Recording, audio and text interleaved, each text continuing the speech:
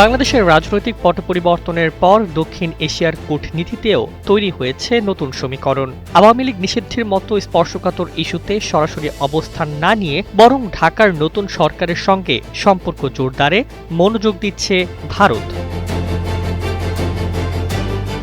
2024 সালের জুলাই অভ্যুত্থানের পর ক্ষমতার পরিবর্তন ঘটে এবং আওয়ামী লীগ নিষিদ্ধ হয়। দলটির শীর্ষ নেতৃত্বের বড় অংশ দেশ ছাড়লে পরিস্থিতি আরও জটিল হয়ে ওঠে। বিশেষ করে সাবেক প্রধানমন্ত্রী শেখ হাসিনার ভারতে অবস্থান দুই দেশের সম্পর্ককে নতুন চাপের মুখে ফেলে।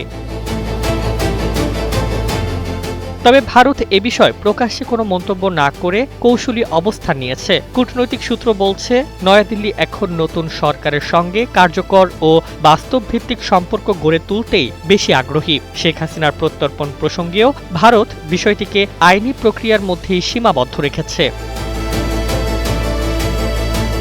বিশ্লেষকদের মতে, একসময় আওয়ামী লীগের সঙ্গে ভারতের ঘনিষ্ঠ সম্পর্ক থাকলেও বর্তমান বাস্তবতায় তারা কৌশল বদলেছে। এখন কোনো দল নয়, বরং রাষ্ট্রভিত্তিক সম্পর্ককেই অগ্রাধিকার দিচ্ছে ভারত। সব মিলিয়ে পরিবর্তিত রাজনৈতিক প্রেক্ষাপটে ভারত নতুন হিসাবে এগোচ্ছে, যেখানে অতীত নয়, ভবিষ্যৎ সম্পর্কই এখন সবচেয়ে গুরুত্বপূর্ণ। Desk report, Bangladesh bulletin.